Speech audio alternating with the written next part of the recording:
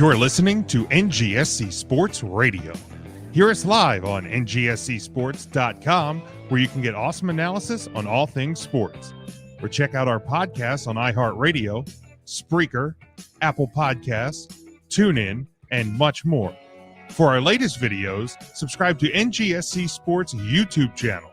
Follow us on Twitter at NGSC Sports, and like us on Facebook. NGSC Sports. We never stop.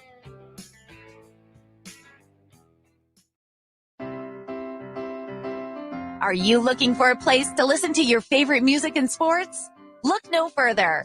WLSN, the Lieb Sports and Music Network, is a web-based music and sports network. Our network was created to provide authentic, high-energy entertainment through live streaming to a national audience. We play popular music while hosting podcasts from all over the world. Curious? Check us out on the web at liebsports.com. That's LEEIB sports.com. Or find us on the TuneIn Radio app. Got Alexa? Just say, Alexa, play WLSN on TuneIn. WLSN is America's #1 blog-themed sports and music network. Hey, everyone in, let's go. Huddle up on 3. 1, 2, 3, huddle up.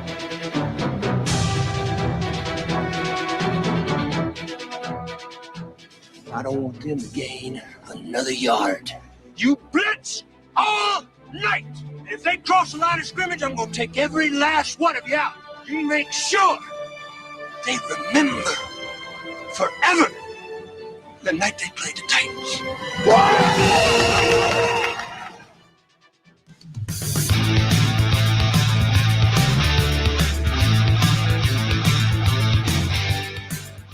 The Eagles will keep the offense out there on a 4th and goal from the 1. You want Philly food? Yeah, let's do it. Let's do it. Hold on. Here we go. I would feel better at this point taking the 3 points. Here we go. And if you make it, it's great. But if you don't make it, it's a big momentum swing. Philly special. Ready? Here we go. Goes directly to Clement. Clement reverses it. And it is a touchdown by Nick Foles. Let's go.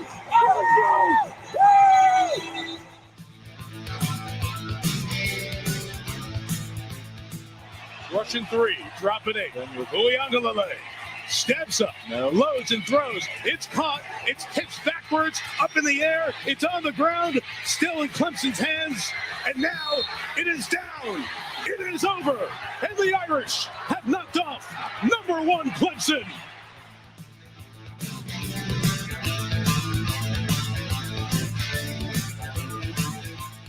And now, welcome everyone to the Huddle Up Podcast. We did it our way, baby. We did it. Hello, everyone. Welcome to Huddle Up Podcast. We are live on YouTube, Facebook, and Twitter. It is Tuesday night, November the 16th, 2021. We're glad to be with you. Make sure you are following us on our Twitter page and our Facebook page at Huddle Up Podcast. Subscribe on YouTube and all podcast platforms. Make sure you check out our home network, NGSC Sports, at ngscsports.com. And our secondary home is the Lieb Sports and Music Network, LEEIB Sports.com. No Kyle this week, so we don't have to hear him honk on about the Notre Dame Clemson clip in the opener. Well, I'll miss that. I will miss that this week. I can fill in for that real quick. Don't worry, you'll be a tool enough throughout the show. We'll deal with that as we get there. You'll deal with me like you said on Facebook. I will deal with you later when it comes to those power rankings. But I just want to remind everybody, we will not actually be having a show next week. We're going to be taking the week off for the Thanksgiving week. We'll be back here live again in 2 weeks. So do plan accordingly on that one. But Matt, how you doing this week, bud? I'm doing well. Good football weekend for me. Notre Dame win, Eagles win, and it's officially the holidays because I have a cranberry ginger ale. There you go. How about that? I had my first Wawa gobbler of the season, so Very nice. it is certainly the holiday season. EJ, how are we doing this week, buddy? Good sports weekend for me as well. The Giants didn't actually play, so that means that's a win in itself. The Seminoles actually beat Miami, and like I said, I'm okay with that as long as if we win 2 games a year, 1 and 2 wins against Miami, I'm happy, and everything's fine other than that. How'd your Patriots do, though? Did they win? Oh, yeah. But the Pats also back in the hunt. That's right. Let's go. Who needs Tom Brady? Come on. And we will certainly talk about the Patriots a little bit later as we look at potentially some of the best teams in each of the conferences. And then we'll address EJ's power ranking. Yeah, EJ's Cowboys won too. So yes. How many teams do I have now? Cowboys, Patriots, Giants, Dolphins. I mean, I'll say you claim to kind of be a Dolphins fan. Well, you also have to kind of be a Bucks fan because you're a Tom Brady guy. So you're just a support slut when it comes to yeah. I mean, I feel like weird, but I mean, what are we gonna do? But let's go to the college football playoff. The rankings revealed again tonight. I'll bring up the full top 25 here for this week. Not a whole lot of change up top. Georgia, Alabama, Oregon, Ohio State, Cincinnati, Michigan State round out your top 7. Notre Dame moves up to 8. Oklahoma State moves up to 9. Wake Forest to 10. Of course, with the loss to Oklahoma to Baylor, who is now up to 11. Oklahoma drops to 13. You can see the rest there if you're following along on the live video. So yeah, not a whole lot of change at the top. There's not a whole lot to write home about. There's not a whole big difference. My top 6. I think I had Oklahoma in my top 6 last week. Of course, they are long gone now. My top 6 is Georgia, Alabama, Cincinnati, Oregon, Ohio State, and I actually have Michigan State this week up above with a higher victory, higher margin of victory. But again, these things are going to shake out. Guys, your thoughts on the college football playoff this week? Matt, we'll start with you. Yeah, I think it's pretty close to what I have. I still have Cincinnati a little higher than they do just for the undefeated record and a top 10 victory. But I understand that they're doing everything that they can to make sure we get Georgia and Alabama in the playoffs, regardless of what happens in that SEC game. Wake Forest at 10, I think, is extremely high, given their loss to UNC and their high-scoring affair with Army, but be that as it may, I also would flip Michigan State just because of the head-to-head matchup, regardless of the Big Ten officiating having their thumb imprint on that game firmly. Firmly. They admitted it, which like I've never. I get it's for the sake of transparency. But like, I've never quite understood the point of coming out after the fact and being like, "Yeah, we screwed up." Like, what's the point? Like, you can't put the points back on the board. You can't make it worse. You make it worse. Right. Like, you can't go back and change the outcome. Like what's salt in the wound? Jim, I know you don't really follow NBA as much as EJ and I do, but it's the same with the final 2-minute report that they put out of every NBA game where they just show all the incorrect calls the referees had. Right. And it's like, thanks, yes, because we knew that when we were watching the game, but I'm glad you guys who were also watching the game didn't see it till later. It's nice to be validated, I guess. I tell them you fucked up. It's like everybody watching the game knew that it happened. Right.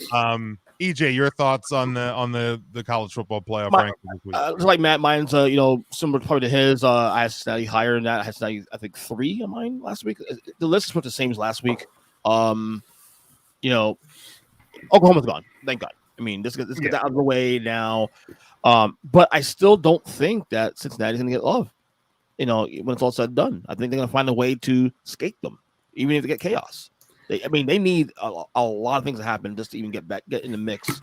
They have a pretty good shot, I would say, because Ohio State plays Michigan and Michigan State still. So those 2 teams probably 2 of those 3 teams won't be in the hunt when all is said and done. So it really just is. I think it's going to be do we put a 2-loss Alabama team above Cincinnati in the playoffs? And I think they probably do. They shouldn't, but I think that's where they're trending at this point, given the rankings they have of the other SEC teams. Like Mississippi State with 4 losses at 25 is just absurd. Texas A&M with 3 is sitting at 16. Hell, I mean, Wisconsin's sitting at 15, which is well, that's fine. I mean, it helps us. Which, quite frankly, as a Notre Dame fan, I'm sitting here going, I don't like the way things are shaking up. Like I saw ESPN always puts out a tweet like with the playoff probability counter. Yeah, like of like which team, and now like they don't even have Georgia like on the calculator because I'm pretty sure they're at like a 100%. What's the point, right? Yeah. But Notre Dame, out of like, it was, obviously Bama, Cincy, Oregon, Ohio State, Michigan State, Michigan, Notre Dame. Like Notre Dame is the second highest probability. And I'm sitting there going, first off, what? Second off, knock it off. Because like, I don't want any part of that because do not want to see Notre Dame at 4 against Georgia. No thanks. No, are you kidding me? I do not want Notre Dame anywhere near a game with Georgia. I've seen that game before. I've seen it twice before. So let me ask you this though, quick though, as you two being Notre Dame on apparently me now. He looked at his helmet on my head right now. Yes, right there on your head. What are the odds though? Notre Dame actually cracking this. What do they need to happen? I mean, I think they're high. Like we said, Ohio State plays Michigan State. I would assume Ohio State, if they run the table, or even if Michigan or Michigan State would beat Ohio State, 2 of those teams are going to drop below Notre Dame by the end of the season. Cincinnati, they're not getting any love. If they lose to a lesser opponent in these last 2 weeks, they're probably tumbling further down than Oklahoma did with their loss. Right. So then that leaves kind of the same thing with the Cincinnati argument. Do you put a 2-loss Alabama team in ahead of a 1-loss Notre Dame? They might, but I think Notre Dame at least has the name that the committee would find a way to justify it more than they would with the Cincinnati. Right. I think the path to the playoff for Notre Dame, I don't think they can afford Cincinnati to lose. Now things get really crazy. Like if Michigan Michigan State beats Ohio State and then Michigan beats Ohio State, but then Michigan State loses in the Big Ten title game, and if Oregon loses, and Alabama gets blown out by Georgia in the SEC title game, and Notre Dame keeps winning, then I think they'll find their way in. But like, if only a couple of those things kind of happen, I think if Cincinnati loses, because that's Notre Dame's loss, a Cincinnati team that's not getting the love from the committee, I think that would hurt Notre Dame's chances if Cincinnati doesn't finish their season undefeated. Yeah. But it's certainly possible. They're sitting there at 8 because, like Matt said, any combination of Michigan, 2 of the 3, Michigan, Ohio State, Michigan State, at least 2 of them are going to be out. And then if one of them, whoever ends up in the Big Ten title game, if they lose to Wisconsin in the Big Ten title game, then all 3 of them could be out. And that bolsters Notre Dame's chance because then Notre Dame has a win over the Big Ten champ Wisconsin. Right. So in that scenario, Notre Dame is probably in. I think this weekend, and we'll talk about the games, some of the games in a little bit, but like I think this weekend is going to be the big one because you have Utah, or Oregon traveling to Utah, who's in the top 25. Obviously, Michigan State and Ohio State. So things are going to, I think, shake up a little bit this coming weekend. Right. But and if you watch the ESPN coverage, Alabama even has Arkansas this weekend, which isn't an easy out for them. I would say, given what we've seen Arkansas play lately. At least for them, it's in Alabama as opposed to going on the road like they did against A&M earlier in the year. But like, if you're sitting there and you're watching the ESPN coverage of this, and you have like David Pollock throwing a hissy fit because Michigan's above Michigan State, and Joey Galloway sitting there trying to make a case for a 2-loss Alabama team still getting in the top 4. I'm surprised he wasn't making an argument for a 2-loss Ohio State. Well, just yeah, to kind of cover his. Trying to like just sit there and figure Ohio State's getting in, but like the whole thing with like and I get it, it's a week to week TV program, it's entertainment purposes only, but like the Michigan State and Michigan should basically be like 6 and 6A. The argument, especially this week, is irrelevant because if Michigan State loses to Ohio State, it's their second loss in 3 weeks, they're done. If they go in and they beat Ohio State this weekend, Ohio State's going to be out of the top 4, and Michigan State will be in because they beat them. So like, all you had, like, Michigan State literally controls their own fate. All they have to do is win. If they win, they can't, because they have the head-to-head against Michigan. So even if Michigan wins out, beats Ohio State, as long as Michigan State keeps winning, they go to the Big Ten title game. They win the Big Ten. They're in the playoff. There's no argument against Michigan State if they keep winning. But yeah, it just did kind of crack me up. Just that ESPN show every single week is just like, first off, they spend like 8 minutes, I feel like, talking about numbers 25 through 21, and I'm like, what do you do? Like, what's the point? Like, I get you're trying to, like, these teams don't even have a chance at a New Year's Six bowl. No, much less. And like, I get you. Like, if you don't do that, then the argument is like, why even have them in a top 25? Like, you're not giving them any respect at all.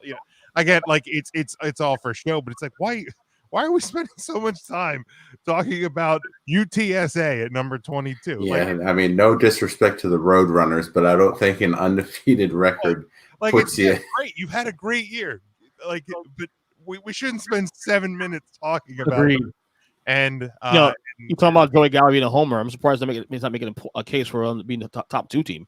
Ohio State being top 2 team. Like, come on. Yeah, I mean, if they beat Michigan State this week, he probably will. Like, of course he will. He's Joey Galloway. Exactly. Yeah, he's one of the reasons I stopped watching college football final. Yeah, it's just I can't too much, deal dude. with it. He's like Teddy Bruschi with the NFL Live. All same thing to the Patriots. Like, yeah, I agree. I mean, it's the same with Lou Holtz. No kidding. But I tolerated that. Holtz and Mark May going back and forth. He's old though, so he can, he's a little more. You can use an excuse on him. He's senile. Exactly. Galloway's a little younger. Yeah. Either of you have any more thoughts on the playoff before we move on here? Nah, let's see next week. That's it. All right. Before we get to the games, and I'm going to do the pick'em thing kind of a little bit differently this week, but I saw an interesting tweet from Colin Cowherd, who normally I don't really agree with, but this one kind of caught my eye. He tweeted on the 14th on Sunday. He said, "College football fans want everyone fired.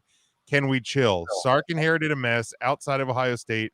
The Horns are scoring. It's year one. If Jim Harbaugh wins one more game, it'll be his 4th 10-win season he can coach. Dan Mullen is 103-60 in the SEC. He's not allowed to have a rough patch." And I think it's an interesting point because, this is something I've talked about for a while, whether it was about Jim Harbaugh, it was about Brian Kelly. So many people, college football fans, and I get it. You're sitting there watching Alabama, and in most years, Clemson year after year. You've seen Ohio or LSU at the top, Ohio State at the top, and it's kind of this just kind of rotating cycle of maybe a handful of teams over the past decade or so. And then before that, you had USC was at the top for a while. Texas was at the top for a while. So everybody wants to get there. Oklahoma as well. Like, everybody wants to get to that spot. And I get it. Like, Notre Dame hasn't won a national title since I was 3 years old. So like, I don't fault college football fans for wanting their team to be successful. But like, what I think people like fail to realize with these college programs is you have to take into account where a school is, where a program is when a coach takes over, the scope of the conference or the division or the schedule that they play. And also what I think it's really overlooked is like kids. I don't think kids want to go necessarily to a school that's constantly rotating coaches out. Like, if you're going to be recruited to go to a school and play for a coach and play in a system, you're going to want to feel like that guy's going to be there for 4 years. Of course. Because if he's not, then what happens to you? Do they bring in a freshman, that they've recruited and bump you out of your spot when you're a sophomore or a junior? And then all of a sudden you're sitting there going, okay, transfer portal, or do I try and beat somebody out? Like, you're playing 3 to 4 seasons for a potential career. So there has to be stability. And the reason that a lot of these programs are at the top and stay at the top, and I'm starting to put Notre Dame in that category, is because stability at the head coaching. Mm-hmm. So it's like, I think it's a great point. Like, why are college football fans, and EJ, will start with you, like, what do you think about the quick trigger with college football fans? Well, it's not just a college problem, to be honest with you. It's a problem across the board in any sport, like especially in NFL. I mean, 1 year, 2 years, it's cut the cord. I mean, like Jim Harbaugh thing, I think it comes down to more than anything else, expectations. The Jim Harbaugh thing is interesting because in Jim Harbaugh, he wins one more game. That's 4 10-win seasons in, I think, 6 years now. He's been there 6-7 years, which is great. But again, we look at the expectations. Jim Harbaugh was great in Stanford. He was great in San Francisco. So we expect him to come here and turn things around and be a national championship team, a contender. And they've been kind of in the mix, and then they can beat Ohio State in late November. So it's really a problem across the board. Fans in general, sports, want answers right now. They don't look at logic. They look at the big picture. They want change, and then 2 days later they forget about it. They don't look at the big picture. And that's not a problem in college football. That's a problem across the board in any sport manageable. And I think in the case of, because Jim Harbaugh is pretty much the biggest name, of course, of this topic. Considering who he is. Look, has he underwhelmed to some degree? Yeah, because he's not beating the teams he needs to beat to crack the code to get into the playoff picture. But to say that he's not successful in Michigan is kind of ludicrous. I mean, again, he's a win away from 10-win, 4 10-win seasons. And that's I mean, if I'm a Michigan fan, I'm at least happy I'm in the mix. Yeah, I mean, another name that I mean, he's going to be out at LSU at the end of the season is Ed Orgeron. But that's a bigger problem, though. I mean, that's I think there's a lot of personal stuff that goes into that decision. But I mean, you look at him. I mean, his record at Ole Miss wasn't great, but he went 6-2 when he took over USC. They decided not to hire him full time. Yeah, he goes to LSU. Has had winning seasons every year there up until this year. Last year, again, an anomaly season, but he was still 5-5 after winning the national title. He's 49-20 at LSU. Again, there seems to be some personal stuff there. I actually saw a picture from like when he was coaching at USC to now, and I mean, USC was 2013. It's less than a decade ago. That guy looks like he's aged about 20 years. Coach O's living a lot of partying, he's living hard. A lot of women. He's living hard. that played into it as well. But like, again, you see it. You see how quick, and I mean, we live here in PA, and one thing I hope is that Penn State does not listen to the noise around that program, and they keep James Franklin, because nothing would bring me more joy than watching that man get out coached time and time and time again. But like, it's just a couple years ago that they won a Big Ten title, and now the buzz around Happy Valley after the loss, a couple of losses this year, is are they gonna fire James Franklin? I used to tell Penn State friends of mine that whenever Paterno, this is back when Joe Paterno was still there, I'm like, whenever he retires or dies, because you figured one of those two things was going to happen. You didn't foresee what was coming down the pike there, but I was like, when you go to replace him, man, replacing a legend head coach like that is hard. I know what it was like for Notre Dame trying to replace Lou Holtz, who'd only been there for a decade. You're talking about a coach who's basically your entire program, and the Penn State fans are finding out it's not the easiest thing to do. Matt, your thoughts on college football coaching and people just wanting to make that switch way too quick, in my opinion. Yeah, I mean, it is too quick. I mean, Jim Harbaugh is great. Keep him forever, please. Same with Franklin. But I think that it's like EJ said, fans are just fickle. I mean, I saw plenty of Eagles fans calling for Sirianni to be fired after week 3 of his first season in the NFL. So I think fans just kind of get to the point where they see the other teams having the success and they just want that instantly. And they don't understand, especially in the college where you can recruit and build your dynasties, but you have to give it some time. And some schools with their traditions and of their program, they don't have the patience that they necessarily need to see that come to fruition, like we're going to see in LSU. I mean, who takes over for Orgeron? I don't know, but do we see them have that level of success? Probably not. I mean, just because the program itself would need some retooling for sure. But, I mean, same time, he's been there, 6 years? He's got a national championship. Some coaches don't do that in 10, 15 years. So yeah, it's tough to really explain to certain fan bases that patience is key, especially the fickle ones like Notre Dame. I mean, how many times have we seen Coach Brian Kelly be called to be fired? Oh yeah, I mean, you in look winning seasons. I mean, he's the winningest coach at Notre Dame now, but literally ever, still want him out. Like his first 2 years in Notre Dame, they went 8-5, coming off of an abysmal stretch with Charlie Weiss, and fans were calling for his head. Then they go to the national championship game in 2012. Obviously, you lose there. Then you have seasons 9-4, 8-5, 10-3. Then you have that 4-8 season. Everybody's ready to. Yep. All right, 4-8. He's done. He's peaked. It's over. Since then, Notre Dame has had seasons of 10-3, 12-1, 11-2, 10-2, and they are currently 9-1. So Brian Kelly, if you're doing the math at home, has had literally one losing season since taking over the Fighting Irish over a decade ago. I compare it to like venting. Like fans do this to vent. Okay, something's wrong. We have to do something. Things not right. Something. Right. I don't care what it is. I don't care if it's logical. Just do something. Make me feel good inside. And firing a coach is what you do. And then you realize, or benching the quarterback. Yeah. Okay. So you fired a coach. First off, are you sure there's someone better to replace them? Because you've seen teams over and over do this. They Cleveland Browns, for example, they get a coach. He's not good enough. And I'm not saying that they made the right or wrong moves on those coaches, but stability matters.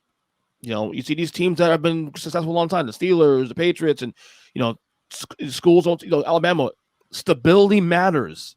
Yeah, those teams don't run through coaches. Yeah. Even when Tomlin's had his bad seasons, the Steelers have stuck behind him, and he's turned it around. Yeah.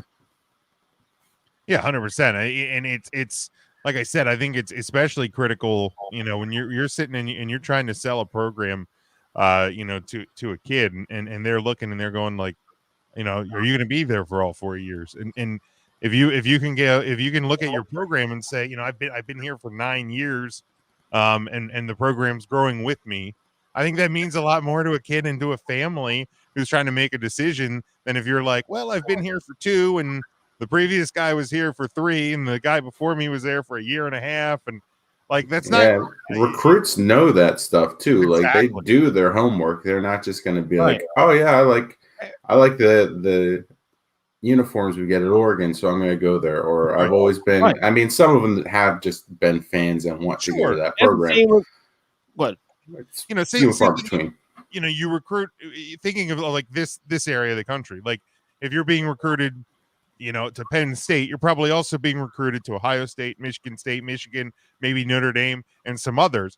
So if Penn State has an unstable program from a coaching standpoint, and they're going to look at Ohio State, who has Ryan Day, but then he coached under Urban Meyer, who has kind of developed this system, and then at Michigan, Harbaugh's been there for 7 years, Brian Kelly's been at Notre Dame for 10. Why am I going to take my chances at Penn State if these other programs are at least stable, and I feel like I'm gonna have a good chance to come in and play for 3 or 4 years? It just it means like these kids know that if they want to get if they want to get to the NFL, if they want to play professional football, they're going to have to play in college, and they have to be able to trust the place they're going to. It's the same within the pros when it comes to free agency. Players look at that too. Stability. They assess that as well too. You don't make change when it's making change. You make change when it's necessary. Yeah, I mean, like Cowboys fans were ready to have Mike McCarthy fired last year, in his first year in a COVID year when Dak Prescott's foot almost got snapped off. Like it was wild. It was always wild to see. Cowboy fans and logic don't go hand in hand. I'm sorry. What's that? Cowboy fans and logic don't go hand in hand. I'm sorry. Well, you're not wrong. I won't dispute. Especially after sitting through 8 years of Jason Garrett, you don't even want to give this guy. Garrett, Dave Campo. It has been a rough go, but at least give the guy more than one pandemic season. But let's look at the top 10, and I'm not doing the normal like pick 'em because we're at a point of a year where we're kind of closing in on the end of this season, which is just wild to say, but we're closing in near the end of the season, and really the only thing that's going to shake up anything in college football is going to be if there are any upsets. What's up, Devin? How you doing, buddy? So instead of doing Alabama versus Arkansas, I want to look at the top 10 teams, and we'll start at number 10 and work up. Actually, I should start at number 1 and work down. Are any of these teams on upset alert? Now there is one matchup where inevitably somebody's going to have to lose, but number 1, Georgia versus Charleston Southern. Saturday at noon. 0.0.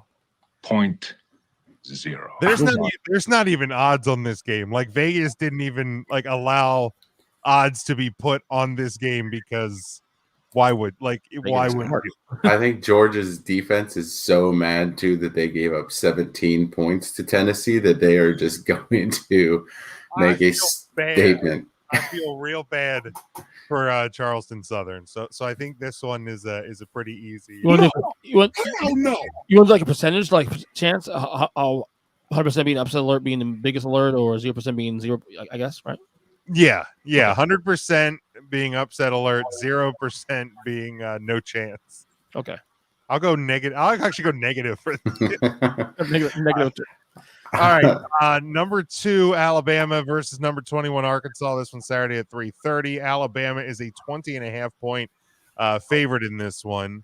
Feels low actually. I'll give this one, I don't know, 15% maybe. I mean, it's possible. I wouldn't rule it out, but like I said, being in Alabama, I don't feel too confident that they're gonna blow this. Matt, I'll give it a 10% chance. I think if these teams played 10 times, Arkansas might sneak away with a win once. So. Very good, EJ. Sam, I'm with Matt. 10% also, and that feels too high. To be honest, yeah, it's tough. Then we go to number 3, Oregon. They are at number 23, Utah, Saturday night, 7:30 Eastern time. Utah actually a 3-point favorite in this one. So no love for the Ducks. EJ, is this a little frisky? Is this the frisky one? So I mean, at this point, that's not an upset alert, right? Right, yeah, I guess not. Maybe is Utah an upset? Technically, it's not an upset. I mean, if we've gone based on alert, that's 100%. Because they might lose this game actually outright. And yeah, I mean, if I'm putting straight percentages, I would put it somewhere in 60-65. In Utah at night. It's an Oregon team that they had a great win in September. They also had a bad loss in October. So I'm definitely putting this one as a realistic possibility. They're dangerous. Utah's dangerous. So 100%. Yeah, Utah has the capability, and it's not like Oregon's really blowing out many teams, in their stretch here. I mean, aside from like the Colorados, the Arizonas, the juggernauts of the Pac-12 there, I think that Utah is going to give them probably their biggest test that they've seen since, I guess, Cal, UCLA. So, yeah. Stanford. Right. So yeah, I'm fine with like a 60 to 70% range in terms of it wouldn't shock me if they lost this game. I mean, we've seen you said his year's gone. I mean, it would fit the narrative. Absolutely. 100%. Speaking of games, that this one, I mean, based on the spread, you could rule it as an upset, I suppose. But number 4 Ohio State versus hosting number 7 Michigan State. This one Saturday at noon. Ohio State 19-point favorite in this one. So, if we were predicting this one from a spread standpoint, I would probably take Michigan State to cover. I don't think Ohio State is 20 points better than any of the top two other teams in their conference right now, and maybe they'll prove us wrong over the next few weeks. But I'm gonna go for Ohio State. I'm gonna put this thing probably about the same mark as that Utah Oregon, somewhere in the 60-65 range. It's certainly possible. It's definitely in the realm of possibility for Michigan State to come in here and win, and maybe they feel disrespected a little bit by being below Michigan over the last couple of weeks after beating them. So it's definitely possible. Matt. Yeah, I like those odds. I would go probably 50 to 60% range. Again, Ohio State's not really blowing out some of the teams they've played recently. We saw them stumble against Penn State and against Nebraska. And, I guess they beat juggernaut Purdue handily. But I think that if you're looking at Big Ten matchups, I think Michigan State's probably going to be the toughest team they've seen all year since Oregon, who's not that tough of a team. So, yeah, I'd say a 50-50 chance, coin flip either way. I wouldn't be surprised if Ohio State wins or loses. EJ. This is in Columbus, right? This is in Columbus. I pains me to say this because I want Michigan State to win this game. I'm going to go 30%. I think Ohio State will win this game. I think they'll win pretty handily. And, if it was in Michigan State, I feel a little differently about that. But it's in Columbus. It's just a little advantage there. So 30%. That's fair. Number 5, Cincinnati hosting SMU Saturday at 3:30. Cincinnati 11.5 point favorite in this one. I'm gonna go 25. I don't think it's out of the possibility for Cincinnati to blow it since the win against Notre Dame. They've covered the spread one time. So they're not doing the things that I think they need to do to convince the committee, and if they're not, because the thing I said coming out of Notre Dame game is the world's in front of them. Once they beat Notre Dame, all they had to do was keep winning convincingly, and not get overconfident. And I think to a degree they probably have at a couple spots and almost caught them. So this one certainly in the realm of possibility, but more than likely Cincinnati comes out on top. EJ. Yeah, I'll put about 20%. I haven't covered much games since that Notre Dame win, but I think they'll win the game, and I think it might be another game where it might be somewhat competitive, but they'll pull away late and all that. They need to continue to stay on the gas to convince the committee, like you said. So they'll win this game, but I think there's definitely a small possibility of maybe them laying off the gas a little bit, and maybe they either win the close one or lose altogether. So 20%. All right, Matt. Yeah, I'll go 25%. I think a few weeks ago, a lot of people were looking at this game as possibly Cincinnati's other signature win that they would have. And then SMU went ahead and lost to Houston and Memphis. Not really any chance of that. But beyond that, I mean, SMU still has the capability, I think, especially with the way Cincinnati has played. It looked to rebound a little bit last week after stumbling against Tulsa. But I think that there's still a chance that SMU could best them, given whatever. And then we go to number 6, Michigan at Maryland, 3:30 on Saturday. Michigan 15.5 point home favorite. Again, I'm going to put this one pretty low. Not going to rule it out, but I'm going to go in probably that 10 to 15% range. I think they're going to be focused. They know what they have to do, and they're going to get ready for the following weekend. Matt. 100% no. Well, James Wise, hear this now. Here's the only thing that could trip them up is if they are just looking at Ohio State and not focusing on Maryland. That being said, I don't think Maryland has the capability to kind of pull that spoiler. Maybe in years past, certainly not this year. They're just not good enough offensively or defensively to steal a game. They might keep it close in the first half with Michigan kind of being complacent looking ahead to the next week, but then by halftime, I think Harbaugh would turn things around and they'll come out and cover the spread. All right, EJ. No, 5%. I think Michigan's focused. I think they got a wake-up call in the Michigan State game. So I think they'll take care of business here. 5% chance. Just because on the road and maybe look ahead, but I don't think that will happen. So 5%. Number 7, Michigan State. Obviously, we already covered. So we'll go to number 8, Notre Dame hosting Georgia Tech this Saturday, 2:30. Notre Dame a 17-point home favorite. I'm going to keep it low again in that 10 to 15 range. This Notre Dame team is finally starting to click. Offensive line playing better. Jack Cohn, they've figured out how to use him and how to use the running game. So again, possible, but I don't think you're gonna lose your final home game of the year and not against this Georgia Tech team. EJ, 120%. Just kidding. No. Way out of line. I'm just trying to rile you guys up a little bit. Shake things up. No. They'll be fine. Notre Dame be fine. They've been playing much better as the years gone on. I would say honestly, maybe 10% chance. That's about it. That's actually pretty high. Matt. Yeah, I would stick with 10. I mean, we've seen Notre Dame play down the competition in years past, but I don't think that Georgia Tech has the offensive firepower to win in a shootout, and we've seen Notre Dame have that capability in recent weeks. So if it does turn into kind of a back and forth offensively, I think Notre Dame can handle business that way too. All right, number 9, Oklahoma State at Texas Tech, Saturday, 8:00. Oklahoma State is a 10.5-point road favorite. This one, I know everybody on that ESPN special tonight was trying to boost up Oklahoma State, but to me, this smells like a Big 12 upset, like that typical mid-November team, favorite goes on the road at night, and loses to a team they really have no business losing to. So I'm going to put this thing probably in that 50 to 60 range. It's almost a coin toss for me, because you never know what you're going to get in the Big 12. Matt. Yeah, I'll put it at about 25% just because of the Big 12, the lack of defense played in that conference. I saw the over-under on this one's only at like 55 or so. So wow, hammer that over if you are betting.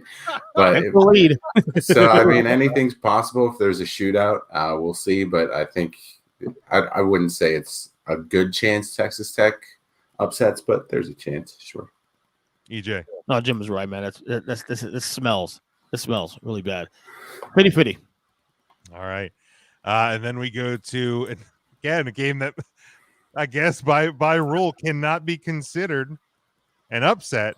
Number 10, Wake Forest at Clemson, Saturday at noon. Clemson, a 4-point home favorite against the number 10 team in the country. Who gives a shit? It's the ACC. Like, does it even matter really? Yeah. If we're counting, I'll guess I'll put it somewhere in that 50% range because I have no faith in Wake Forest or Clemson at this point.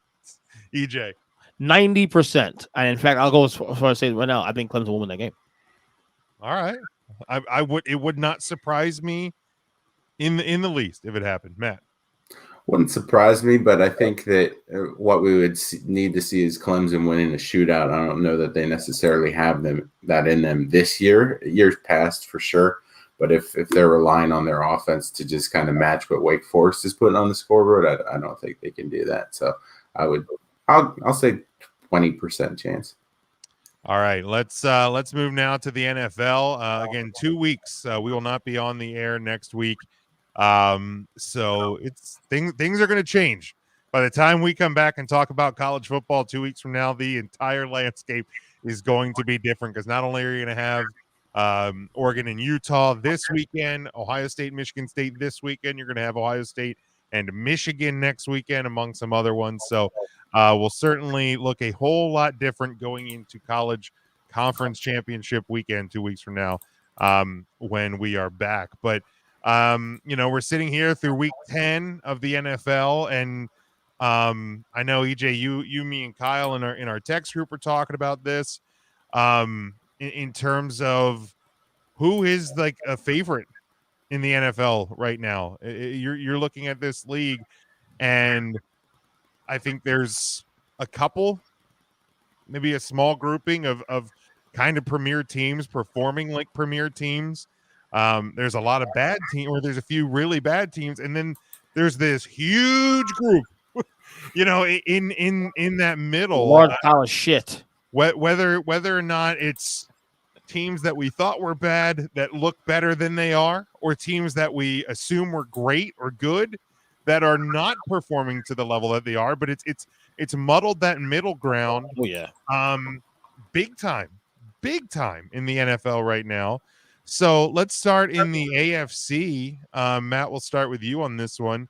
Sitting here through week 10, who's your number one team? Who's your best team? Playing the best football in the AFC.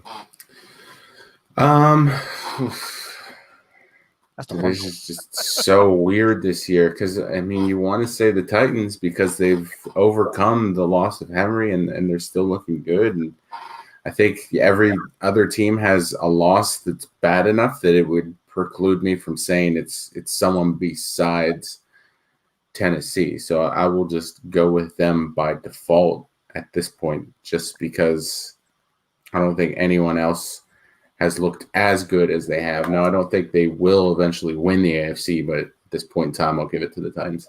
How about you, EJ? This is hard. I can't go Tennessee because eventually, I don't know if this sustain itself. They literally are 2 missed PATs from probably losing to the Saints this past weekend. So, the only team I can say I somewhat have faith in right now to turn things around before the year is over is the Buffalo Bills, because they don't have any signature wins necessarily. Outside the Chiefs win, but they've also beaten the bad teams where you're supposed to. They probably should have beaten Tennessee in that Monday game a month ago on that 4th down. So I would say Buffalo is probably the team by default that I feel most confident in right now based on where we are right now, week 11. But as you said, we're going to take a week off on the show, and this whole thing can change again in 2 weeks because, and we got some, like, for example, we have teams now, as you would say, Jim, entering the chat. The Patriots all of a sudden entering the chat. The Chiefs might be back. We'll see this Sunday. So there's a lot of things going on in the AFC that's kind of weird right now. And, like I said, Tennessee's 8-2 by default, but I just don't know if they can sustain this without Derrick Henry moving forward. Yeah, if I'm looking at it, I'm looking at what's been presented to me so far. And as much as I hate to put them there, I think the answer is right now the Tennessee Titans. But when you're talking about those teams that are entering the chat that are making some noise, I think the team that's probably playing the second best in the AFC right now probably is the New England Patriots. Buffalo has looked a little bit shaky. The Ravens coming off a bad loss to Miami. They recently got throttled by a Cincinnati team that doesn't look like it's holding up to where they were like a couple weeks ago. And that AFC West picture is just kind of a huge big question mark right now, because the Raiders have kind of shown us that they're not ready for prime time. The Chargers, look good early on, now kind of middling. The Chiefs were rough, and them. And Steve here says the Chiefs are back. Them and the Bills are the top of the conference. What's up, Steve? Like, I'm not ready to put the Chiefs back yet. Like, yes, what we saw this past weekend was what we have come accustomed to. You're picking on me now. I know. I see you picking with on me the with the Kansas City Chiefs, but it's one showing. Was it as much about the Raiders and where they are, or is this the Chiefs finally putting the pieces back together? We'll find out a little bit more about the Chiefs. I have to agree with you on that one. Mm-hmm. I'm not ready to put the Chiefs as a Super Bowl contender yet. I got to see another game like this or two move forward. But this is what I will say. They won the AFC West. Wrap it up. AFC West is over. They win the division. Chargers, Broncos, Raiders had a chance to take care of business 3 weeks ago.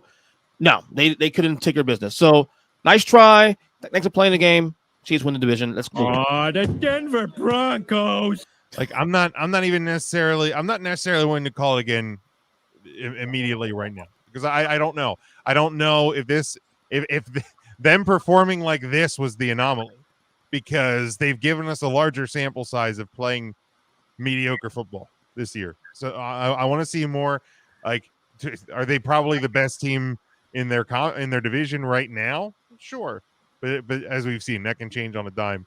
But yeah, it's crazy how, and I know we talked about it last week, how quickly this AFC went from like, kind of the elites of the league to just kind of this big muddled mess. But let's go to the NFC. EJ, who's your number one team in the NFC right now?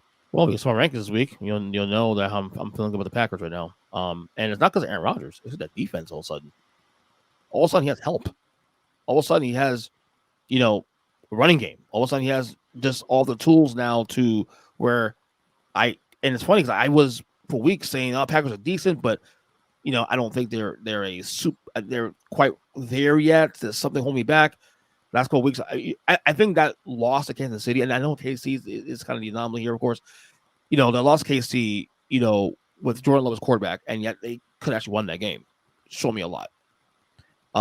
So I think right now, it's a lot tighter in the NFC because you got your Cowboys, you have obviously Arizona's, and the Bucks are still hanging around, all that. But I think Green Bay right now has the complete package. At least right now, like I said, 2 weeks from now, this can change. Sure. But right now, Green Bay has the complete package around the most talented quarterback in the history of football, in my opinion. Matt. I don't necessarily disagree with that Green Bay pick, but I think what we've seen out of Arizona, even without having their starting quarterback, I think that the Cardinals would still be my pick in terms of the top because they're getting Kyler back, and I think that just kind of takes that team to a whole new level. Yeah, Steve here says Packers, and God help us, the Cowboys. God help us, believe me. Even as a Cowboys fan, I'm not definitely not putting them at the top of the NFC. That they're in the conversation. I think it's still the Packers right now. Their defenses look great. You have the competition hasn't been the best. Seattle, Russell Wilson coming back, but there's not a ton going on with that offense. The Chiefs, again, they've played more mediocre football. The Cardinals are banged up. Washington is Washington. So, but their defense is playing well. You can only play the games as scheduled. So Green Bay is definitely my number one sitting here right now. And the Cardinals, if they get healthy, are a dangerous football team without question. Right. It's a matter of how healthy are they going to get. Kyler will be back. DeAndre Hopkins has looked beaten up all year. So if they can get back to full health, certainly dangerous. The defense has taken a couple of hits this year. So there's a window of teams directly behind the Packers. Cowboys are in the conversation. Bucks, if they play to their level, Rams, if they play to their level, those teams are all in the conversation. And I think there's right now, if you're looking at the two conferences, I think there's more better teams in the NFC than there are in the AFC. Oh, without question. A lot more surprising losses by the top teams in the AFC, I would say, for sure. All right, let's go to the. Not that excuses Dallas losing to Denver, Jim. No, it certainly. Yeah, but that's a bad loss. Like, I'm not going to pretend that that's a good loss in any way. Hopefully, right. And they played the Falcons, and I'm not.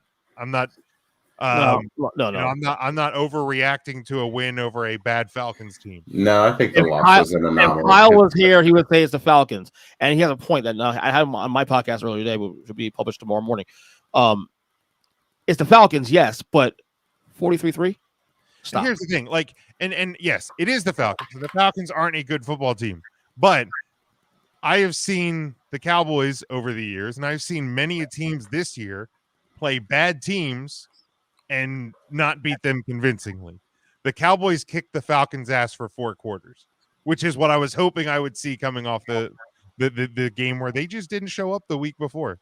And that was my concern. And I said it to you both on the show and off it last week is I hope this loss to the Broncos is the exception and not the rule. Like, because it could be one of those things. The thing is, though, every team has a bad loss on their resume right now. Sure. Every good team. Packers have one. Cardinals have, I think, 2 now, or whatever. Maybe Rams have, 2 now. Bucks have a few. Titans lost to the Jets. Right. I mean, at the same time, everybody's it's gonna happen. Everybody has one anomaly. It's hot. I'm looking. That's how you respond. Look at Tennessee. Look at the Jets. Okay, win 6 in a row. Yeah, exactly. The Cowboys. You get beaten up by the Broncos last week. What happens? All of a sudden, you beat the Falcons for 3. I mean, come on. I mean, the Cowboys are, they're for real. Steve asked a question here before we get to the games. Are the Bucks done? No. Yeah, I don't think you can count out Tom. Well, not as Tom. This is the way I look at the Bucks right now is this.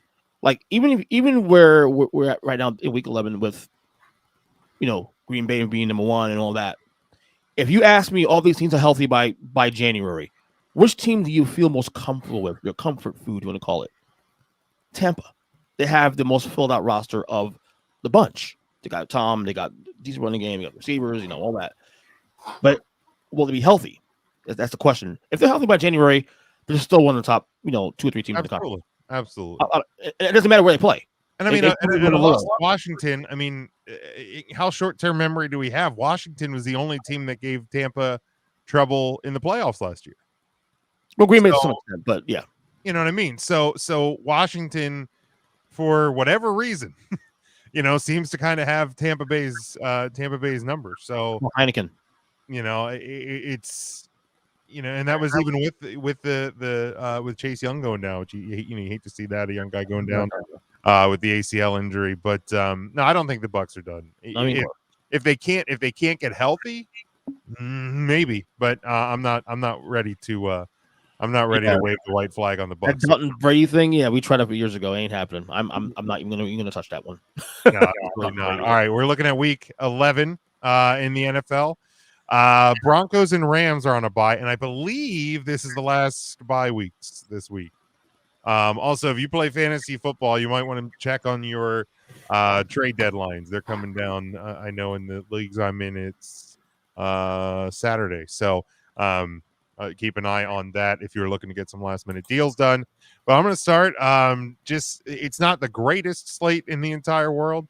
So I'm starting here a team that in the NFC South and in the wild card race could certainly look a little bit more alive. They came up off the mat against a Cardinals team this past Sunday. It's the 3-6 football team at the 5-5 Panthers, possibly with Cam Newton as your starting quarterback. They're a 3-point home favorite. 43 is your over/under. Sunday, 1:00 on Fox. I'm going to go, especially with the losing Chase Young. I'm going to go Carolina plus here. I thought the Cam Newton signing was brilliant from a franchise standpoint. You want to invigorate a fan base. Like, that fan base loves Cam Newton. I think Cam Newton loves that city and loves that fan base. And he, despite not being the starting quarterback, really kind of had the attention of that team on Sunday in Arizona. So I'm going to go with momentum here. I'm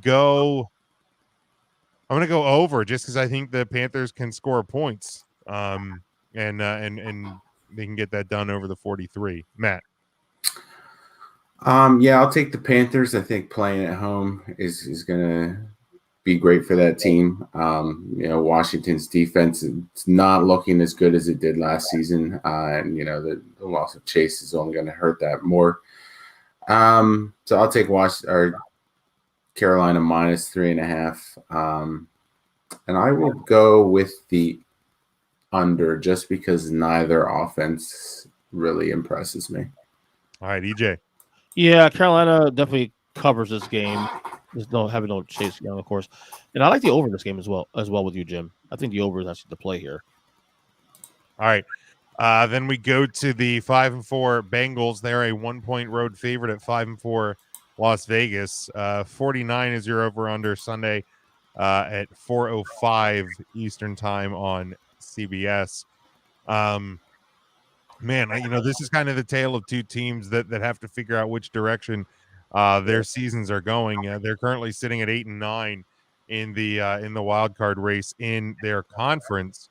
So if whoever loses this game, I think is in danger of kind of putting themselves out of a playoff spot. I mean, things can change, but two teams that need to right their ship. I'm actually going to go with the Bengals, to cover that 1 point, pick up the win on the road. I'm going to go under. I just, the Raiders certainly did not impress me against Kansas City. And, I think the Bengals coming off the bye are going to be alive.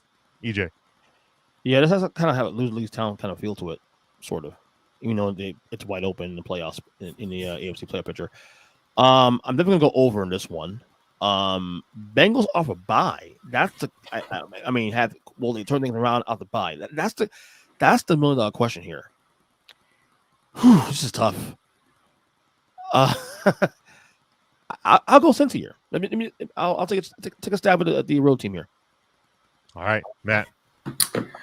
Yeah, I think I like the over on this, and we've seen that since he has the ability to score some points, I don't know that the Raiders can keep up in a shootout. So I'll take Cincinnati to win -1. Yeah, I'll still take them. Some places I pick them actually. So. Yeah, very much. Yeah, I mean that's basically where you're at on this one. Then we go to Sunday, 4:25 on Fox. This is the game that I think is going to have the attention of a lot of people. The 7-2 Cowboys at the 6-4 Kansas City Chiefs. They're a 2-point home favorite. 55.5 is your over under on this one. I think we're going to learn a lot about the Chiefs. I think we're going to learn a good bit about the Cowboys again too. The competition hasn't always been the toughest for the Cowboys this year with the schedule.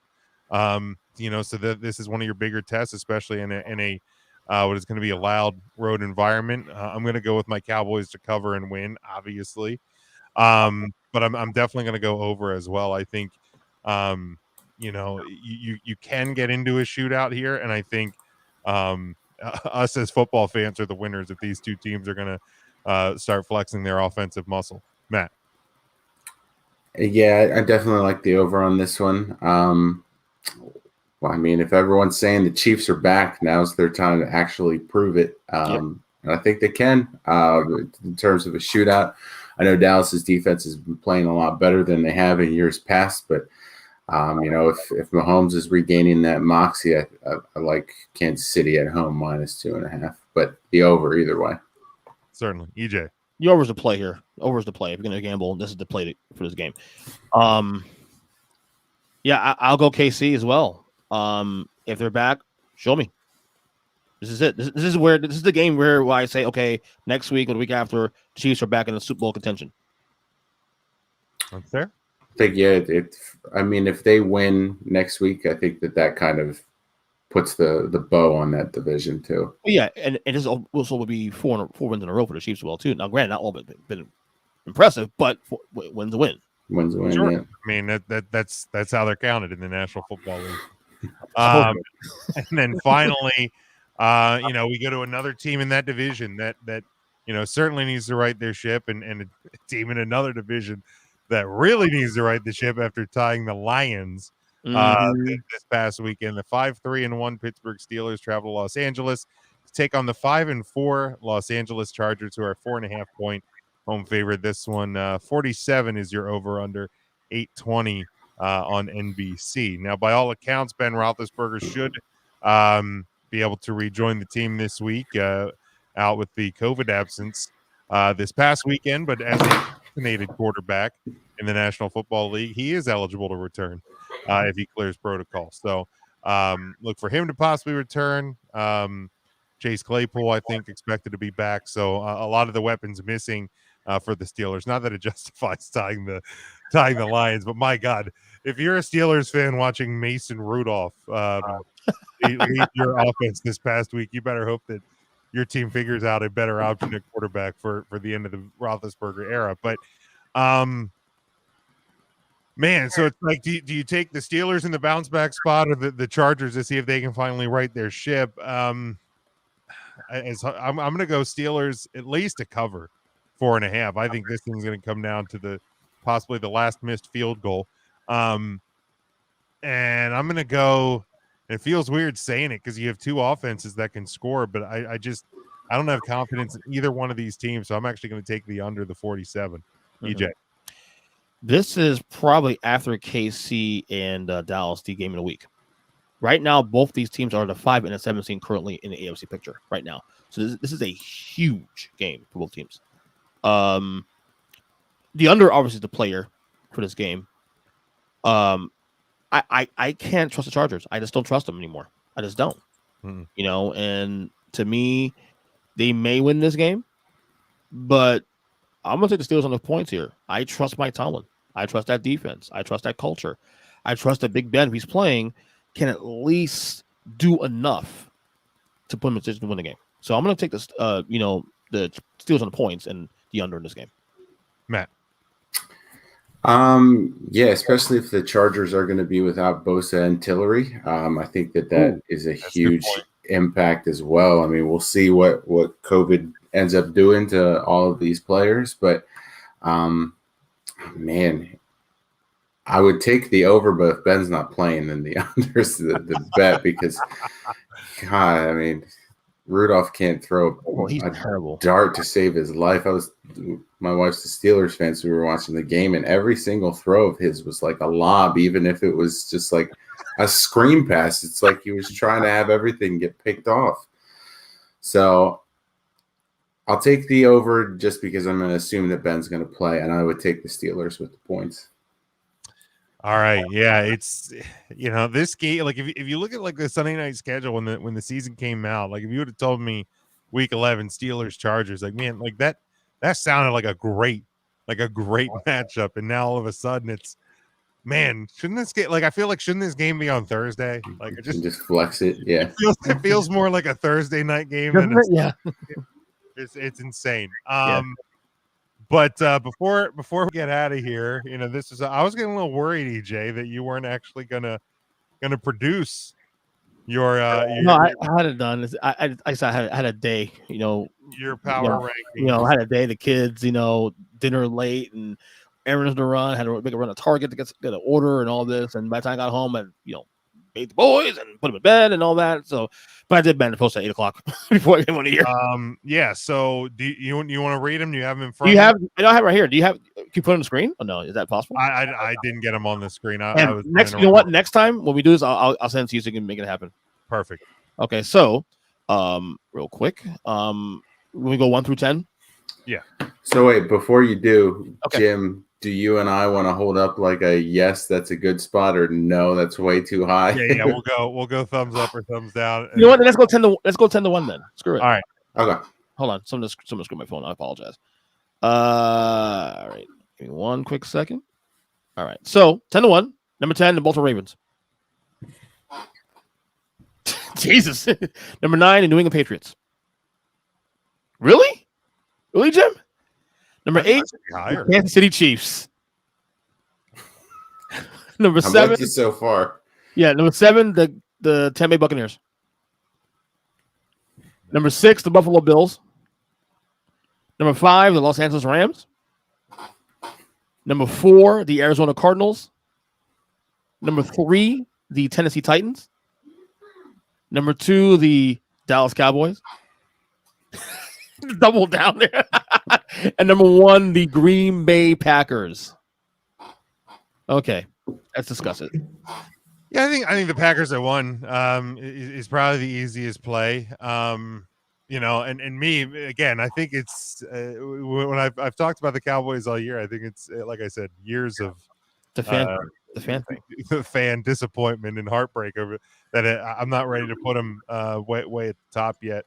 I think they should be low. I think it should be the top 5, maybe top 4, but I don't think number 2.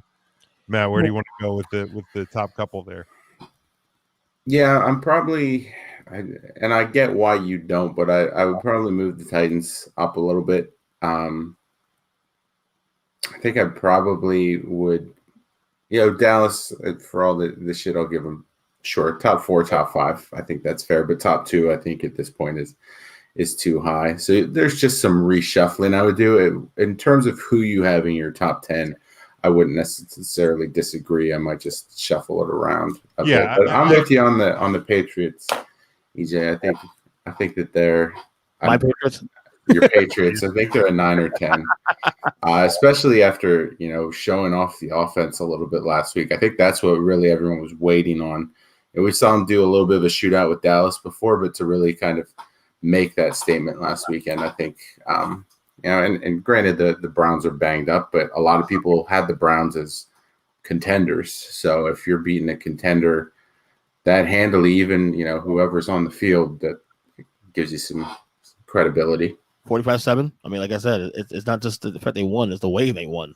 Yeah, like to me, I'd have the Patriots a little bit higher, and because I'll go back to the same reasons why a few weeks back, like why I had taken the Chiefs out of, if I would make them out of my top 10 before EJ did, because I'm going off what you've presented me, and especially if you look at the last 2 or 3 weeks as like a trending point, the Patriots are on a big uptrend, and a team like the Buccaneers, they're kind of on a downtrend. Ravens on kind of a downtrend.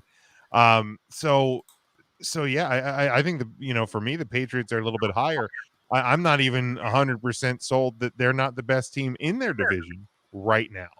Now they're gonna have to prove it down the stretch, absolutely. And the best part of that, they played Buffalo twice coming up. Yeah, so I mean, those facts are going to separate, or are going to make or break themselves, over the closing weeks. But I think your Chiefs are probably a little high at 8. My Chiefs, I would probably. I was looking at it, and without really digging into records and trends and all of that, I wanted to not have them in the top 10, but they have won a few in a row, and they did look dominant this week, so I would probably get them back into the top 10. And only that, who you put it in there? Yeah, exactly. And that's the unfortunate thing, is there's nobody that you can really replace the Chiefs with in the top 10. So I think, I think you have the 10 teams right. It's not as bad as some of them you've put in front. Oh Jesus, there we go. But yeah, it's definitely not that agree. Steve says, I'm enjoying watching the Browns crumble and fold like a cheap suit. Yeah. For the course, man. Man, it's although I also did enjoy the fact that Beckham signs with the Rams, and that offense just looked lost. And that was that was another interesting thing, is they make the deal for Von Miller, they sign Odell Beckham, and everybody's just Super Bowl done, lock it up. And I'm like, look, on paper, that roster stacked both sides of the ball, without question. Yeah. To me, that's probably your best roster in football. But how many times do mid-season NFL trades or in effect, Odell Beckham was a trade? I get right. Him as a free agent, but how many times does a mid-season trade for a wide receiver really, really change the game? It doesn't. It doesn't. It's hard. You don't have the opportunity to go through camp and build that relationship and really learn the offense. So did the Cowboys get Roy Williams one time, and they thought that he made a couple of plays, but he was never. First off, he never lived up to what he was supposed to be, but he certainly didn't that year. So it's the nature of the game. It's not like hockey or baseball or even basketball, where you can come in and just get a feel for the NFL. It's a whole different monster. It really is. So, it's you don't win Super Bowls on paper. My God, the Cowboys had so many rosters that probably could have won a Super Bowl on paper, and it's why you play the game, man. It really is. But hey, guys, any other thoughts on the things we talked about this week before we close this thing up? No, that's it, man. This the next 2 weeks are going to be very interesting in both college and NFL, and I think when we all come back here in 2 weeks, we're going to have another landmark episode of this show, and we're going to have a lot to talk about, man. Because this season and both college and NFL has been fantastic, and we got more to come. Yeah, like I said, no show next week. Enjoy your Thanksgiving. If you're traveling, whatever, we will be back here in 2 weeks. We'll hopefully have the student of the game, Kyle Nash, back with us. In 2 weeks as well. But Matt, give the plugs. Let people know where they can follow you and all that. Yep, you can follow me on Twitter. It's at 3CT. The letter A, Philly is in Philadelphia, and the number 8, so 3CT affiliate. You can hear me on Thursdays with Big Jim, sometimes with EJ, talking wrestling. AEW sometimes too. Now we're getting there, folks. We are getting there. That's 3 Count Thursday. You can follow that show on Twitter at 3 Count Thursday. Exciting times as the MLS playoffs start this weekend. Go Union. If you are looking to get into soccer at all or football, watch the Premier League. But if you want to follow MLS, check it out this weekend because the playoffs, you get to see elevated competition. Oh, you're a soccer guy? That's awesome. Love it. I should probably try to get into that a little bit more. No, get basketball first. Get basketball first. You promised me last year get basketball. Well, that's true. I will work on that. EJ, give the plugs, my friend. Earth Speaker Podcast. If you want to hear Kyle, you missed Kyle. We had him on my show earlier today. Student Game Report. That was fun today to be on the Football's Awesome episode that's going to drop tomorrow. What else? Take the wrestling podcast as well too. I'm on Twitter at E7. Check my YouTube page, of course, Ernest EJ Christian. And that's about it, really. Other than that.